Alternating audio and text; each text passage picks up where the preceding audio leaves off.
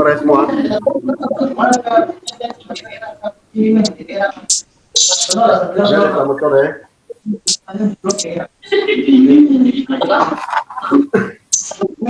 Ya, sedikit cerita tentang ilmu alamnya dasar. Ya, Bapak harap adik-adik bisa komunikasi ya. Kalau mau bertanya, silakan ajukan tangan lalu bertanya. Kalau merasa belum paham, nanti tolong disampaikan. Ya, hari ini kita cerita-cerita tentang mata kuliah hari ini ilmu alamnya dasar.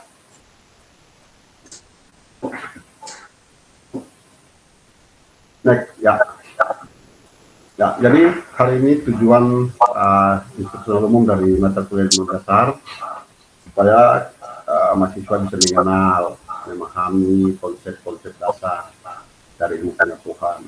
Ya, untuk bisa menjabarkan fenomena-fenomena alam semesta. Next. Ya, ini pokok bahasannya. Kita lihat akan sejarah ilmu dasar, manusia dan keunikannya, perkembangan alam pikiran manusia, keterbatasan ilmu alamiah, materi dan energi, alam semesta dan tata surya, manusia dan lingkungan, terus peranan, serta ilmu alamiah dan teknologi. Next. Ya, pertanyaan yang sangat mendasar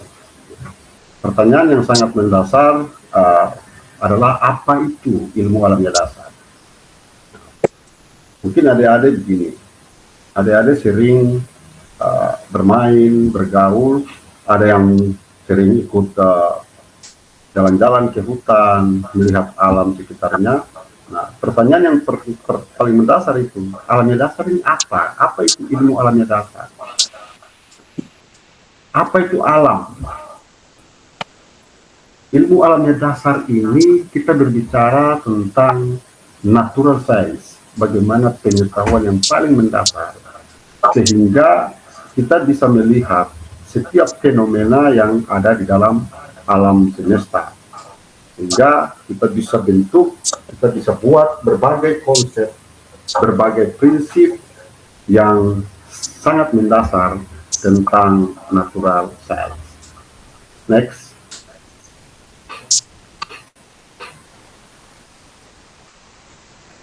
Next. Lanjut, Nam. Ya. Karena itu kita lihat manusia yang bersifat unik. Apa sebenarnya keunikan manusia itu? Pertanyaannya, apa keunikan manusia? Adik-adik harus melihat begini. Kenapa manusia? Kenapa saya ini disebut unik? Karena apa?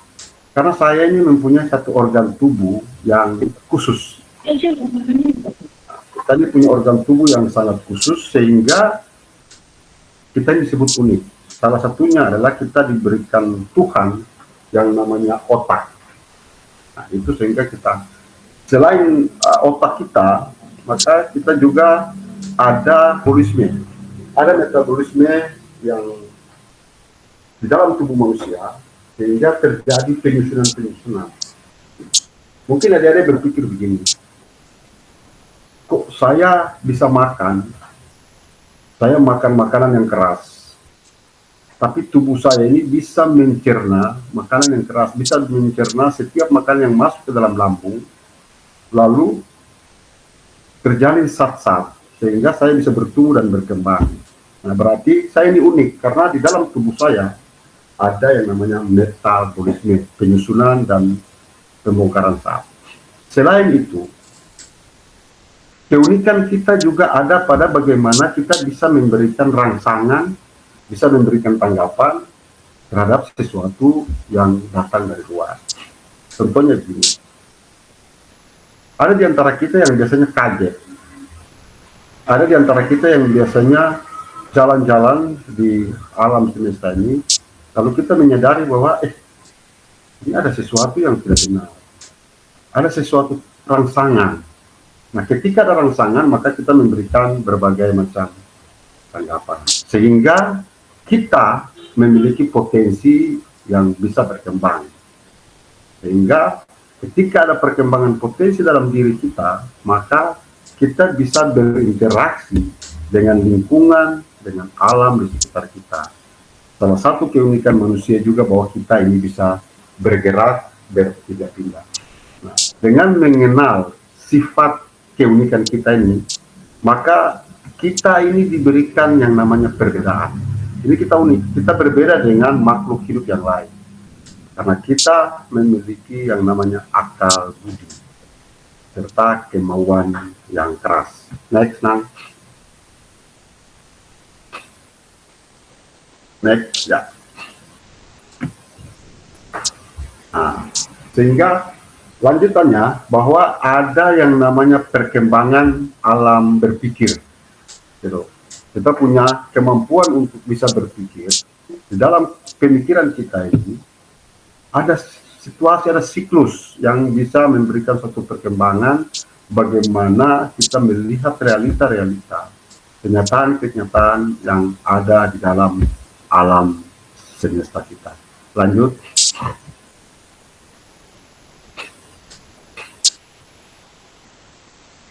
Next, ya. Nah, ini perkembangan alam pemikiran kita manusia. Pertama, ingat bahwa kita manusia diberikan yang begitu mendalam. Kita ingin tahu apa sih alam itu. Ketika kita berada di dalam suatu alam, kita berada dalam alam semesta, kita berada dalam lingkungan kita berada dalam setiap pergaulan kita di alam ini, maka yang pertama sekali kita lakukan bagaimana kita mengamati.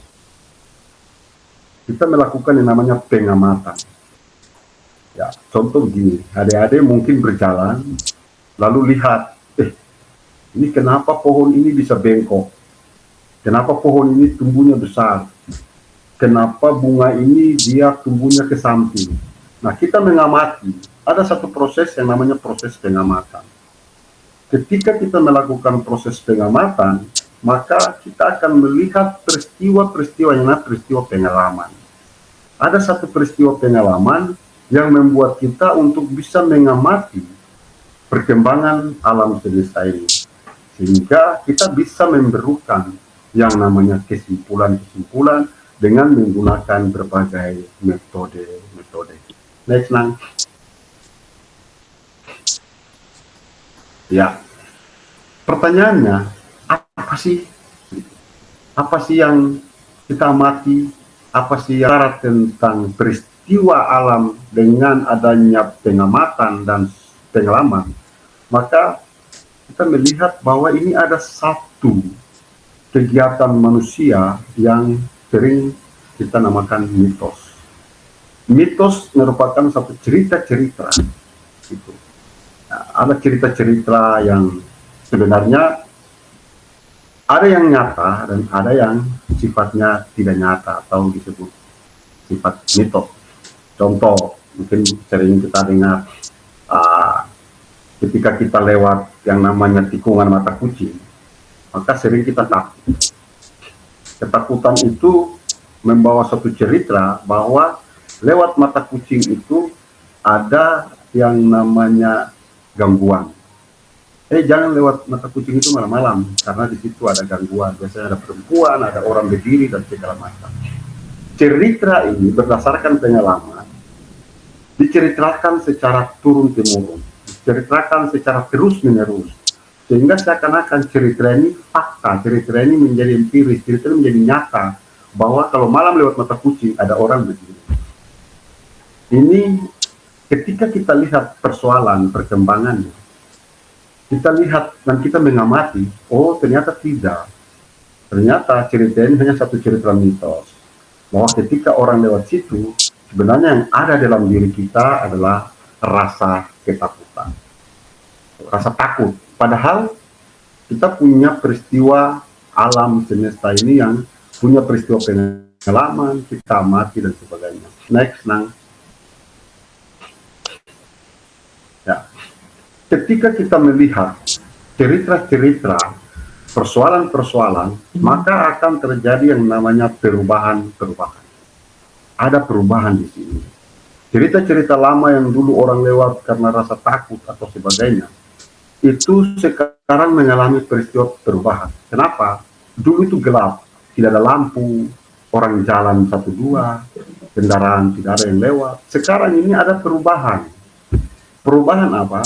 Sudah ada penerangan, lampu sudah banyak, alam di sekitar situ sudah terang, sehingga ada rasa ingin tahu kita. Ada rasa ingin tahu, dan kita ingin untuk mengetahui cerita ini, dan kita menggambarkan, kita melihat dalam satu metode.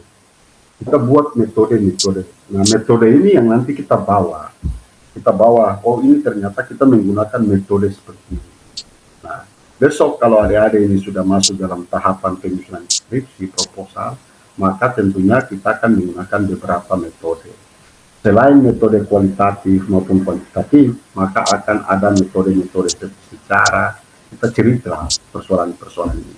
Bagaimana kita membawa metode-metode itu, bagaimana kita membawa pengetahuan itu, lalu kita merubah satu cerita bahwa ternyata mitos itu tidak benar. Next.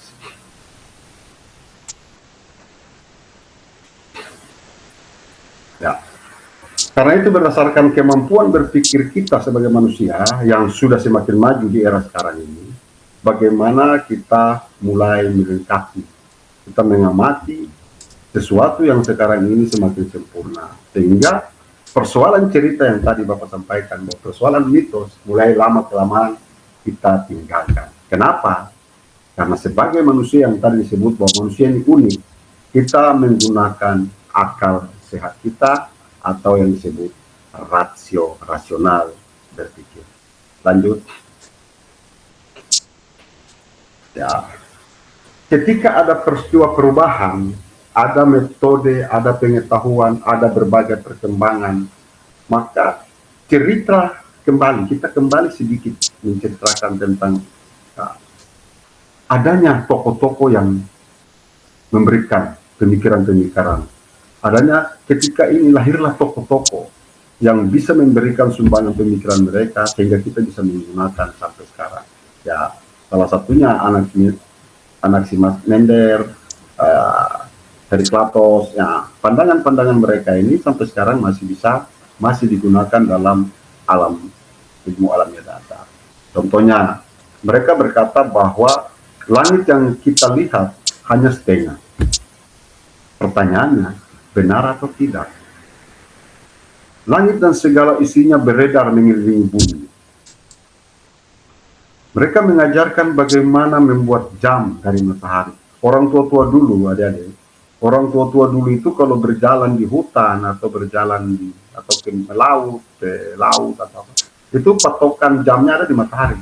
Kalau matahari sudah begini, ini jam 6. Matahari begini, ini jam 7. Kalau matahari sudah panas, siang terik, berarti ini jam 12.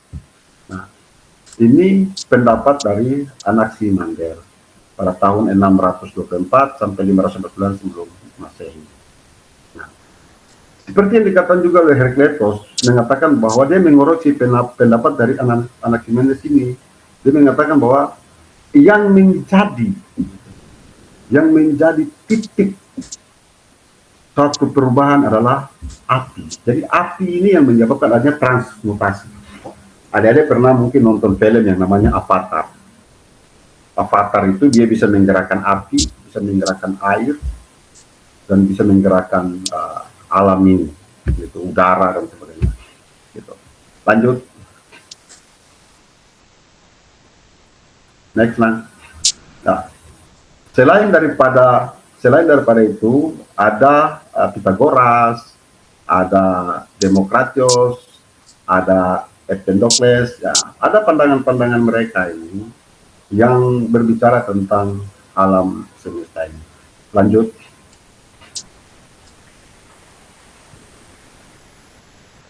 Nah, mungkin ada pernah dengar Plato, Aristoteles. Mereka berpendapat bahwa keanekaragaman yang nampak ini sebenarnya hanya satu duplikasi atau duplikat dari semua yang kekal dan imaterial. Seorang filsuf namanya Aristoteles membuat atau menciptakan sari mengajarkan kepada orang-orang sebelumnya bahwa dalam memikirkan suatu masalah, ia membuang hal-hal yang tidak masuk akal dan memasukkan pendapatnya sendiri. Lanjut.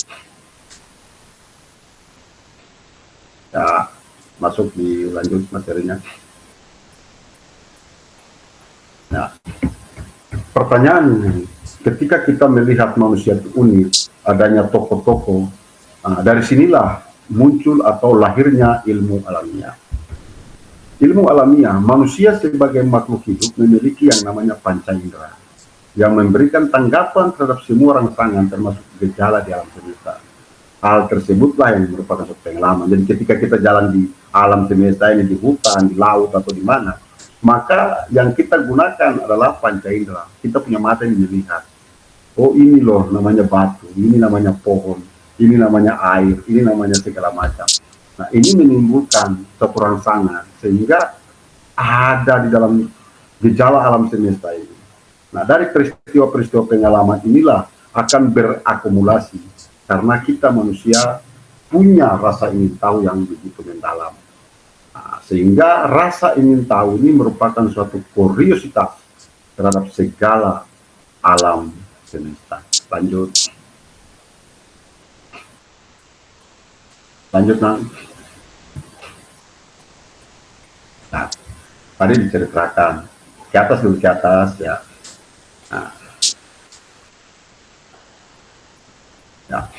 Jadi ketika kita punya rasa ingin tahu, maka kita melihat adanya dorongan untuk memuaskan diri yang sifatnya non praktis atau teoritis guna memenuhi kuriositas dan memahami hakikat alam semesta. Sehingga dorongan yang memanfaatkan pengetahuan untuk meningkatkan taraf hidup lebih tinggi. Ada dorongan pertama menuju ilmu pengetahuan yang murni, yaitu disebut pure science. Dorongan pertama. Kedua menuju ilmu pengetahuan terapan, applied science. Lanjut.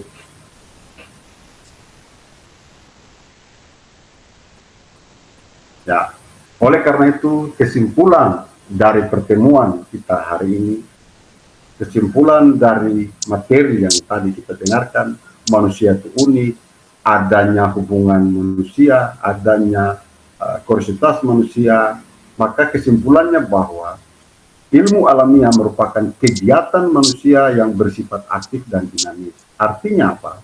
Artinya segala kegiatan manusia yang tiada hentinya dari hasil percobaan dan menghasilkan konsep. Selanjutnya konsep tersebut mendorong dilakukannya percobaan berikut dan seterusnya. Nah, dilanjutkan, materi lanjut. Lanjut. Ya, itu jika kita punya niat baik, Tuhan selalu berikan jalan. Ya. Sekarang kita masuk pada materi yang namanya kriteria ilmiah. Kita bicara tentang kriteria ilmiah, berarti ini ada rambu-rambu. Ya, contoh, Bapak kasih contoh yang paling sederhana. Kita dalam kehidupan sehari-hari, kita punya rambu-rambu. Ketika kita hidup dalam masyarakat, maka ada yang namanya norma, ada yang namanya aturan, ada yang namanya etika.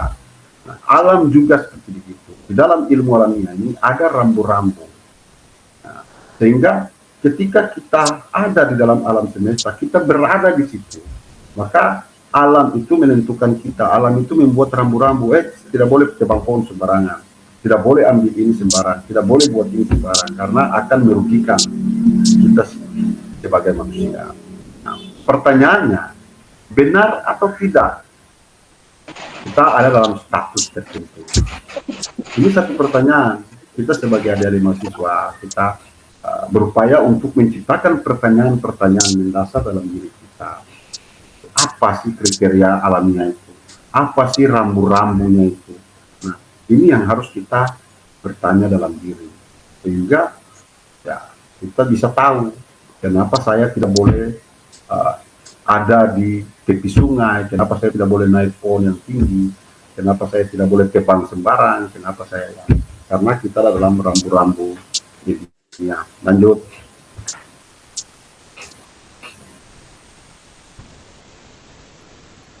Ya, tadi sudah sampaikan, ketika kita melihat suatu pengetahuan, maka akan memunculkan ilmu pengetahuan yang baru. Jadi kita membuat pengetahuan dan pengetahuan yang baru. Nah, ini merupakan satu kriteria-kriteria tertentu sehingga dia teratur, dia tersistematis, punya objek dan bermetode. Dan dia berlaku secara universal, secara umum. Ini siklus namanya, siklus perputaran, siklus alam yang berjalan seiring dengan waktu. Lanjut. Ya. Selanjutnya adik-adik, kita ada dalam ilmu alamiah, berarti kita bicara alam semesta. Ada menurut pendapat para ahli, tujuan mencari kebenaran tentang objek dan kebenaran itu bersifat relatif. Nah, kita cari objek penyelidikan apa, kita mempunyai aspek yang sangat luas. Dari aspek fisik, aspek kimiawi, aspek biologi, aspek ekonomi, dan sebagainya. Lanjut.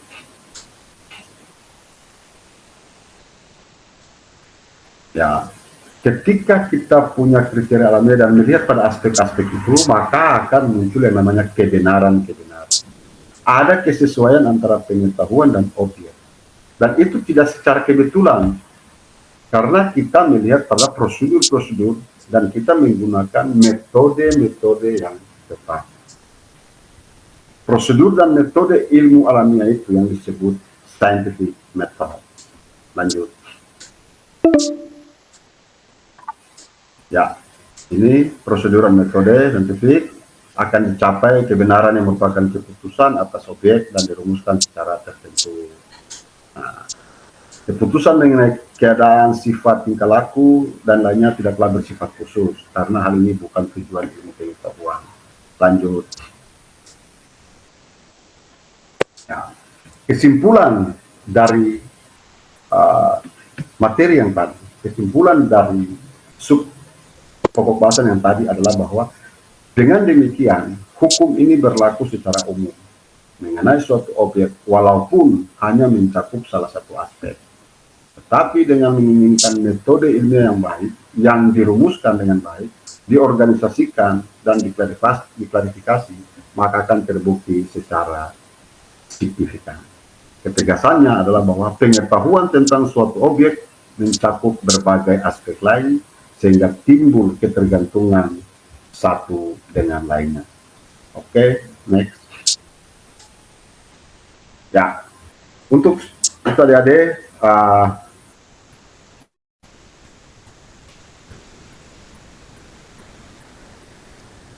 ya, itu mungkin Bapak kasih kesempatan, ada yang mau ingin bertanya, silakan, mari kita diskusi. Mari kita saling berbagi, saling cerita tentang apa sih itu ilmu alamiah. Mungkin ada yang mau sharing atau cerita-cerita, diskusi bersama. Ya, ada yang punya pengalaman, mungkin ada yang punya pengalaman, bisa diceritakan, bisa disampaikan, bisa kita saling berbagi. Silakan. Ya. Kalau tidak ada, Bapak sampaikan banyak terima kasih karena adik-adik sudah bisa hadir dalam Zoom kita hari ini, hadir dalam pertemuan kita hari ini. Bapak ingin sampaikan bahwa marilah kita belajar, marilah kita sama-sama mencintai alam semesta ini. Ingat adik-adik bahwa Papua ini punya alam yang begitu sangat luas dan sangat besar. Ketika alam ini diganggu, ketika segala sesuatu yang ada di alam ini diganggu, baik tumbuh-tumbuhannya, baik yang dikatakan herbivora, karnivora, dan sebagainya. Nah, ketika diganggu, maka alam ini akan menuntut kita. Alam ini akan mengganggu kita juga. Dengan cara apa? Akan terjadi bencana, akan terjadi yang terkasih, Bapaknya menyampaikan untuk adik-adik bahwa hiduplah, bergaulah dengan alam ini. Jangan sampai kalian menyusahkan alam, karena ketika kalian menyusahkan alam, maka alam akan menyusahkan kalian. Ingat bahwa Tuhan menciptakan alam semesta ini lebih dulu. Tuhan menciptakan segala tata surya, segala unsur planet yang ada di dalam alam semesta ini. Tuhan menciptakan matahari, energi, segala macam. Ini lebih dulu. Tuhan menciptakan segala sesuatu di dalam dunia ini lebih dulu. Kita manusia ini urutan keberapa? Kita manusia ini urutan terakhir. Jadi kalau bicara tentang kakak adik dan sebagainya, maka kita ini paling adik bongso.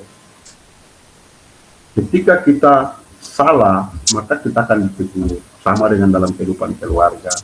Kalau ada kakak yang tua, ada yang nomor 2, nomor 3, kalau kita yang bongso, maka tentunya kita tidak bisa melawan kita punya kakak-kakak. Dan kita mengganggu mereka, maka mereka akan memarahi kita. Seperti itu adik-adik. Selanjutnya Bapak yang sampaikan terima kasih. Kalau tidak ada pertanyaan, tidak ada ini dari adik-adik, sekali lagi Bapak sampaikan terima kasih. Semoga mata kuliah ilmu alam dasar ini bisa memberikan acuan bagi adik-adik untuk lebih mengenal, lebih mencintai alam semesta ini. Ya, untuk itu Bapak hanya bisa sampaikan semoga adik-adik dapat hidup dengan baik dalam alam semesta ini, berusaha mencintai lingkungan yang ada di sekitar secara vertikal dengan Tuhan dan secara horizontal dengan masyarakat dan alam di sekitar kita. Saja, terima kasih. Selanjutnya kita akan bertemu kembali dalam pertemuan-pertemuan selanjutnya. Tidak ada pertanyaan, Bapak sampaikan selamat sore dan Tuhan selalu memberkati kita semua. Terima kasih.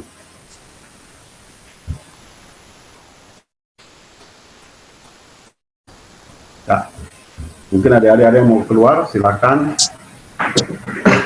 Nanti isi absennya, absen diisi, ditandatangani biar semuanya. Oke, Nang, terima kasih banyak.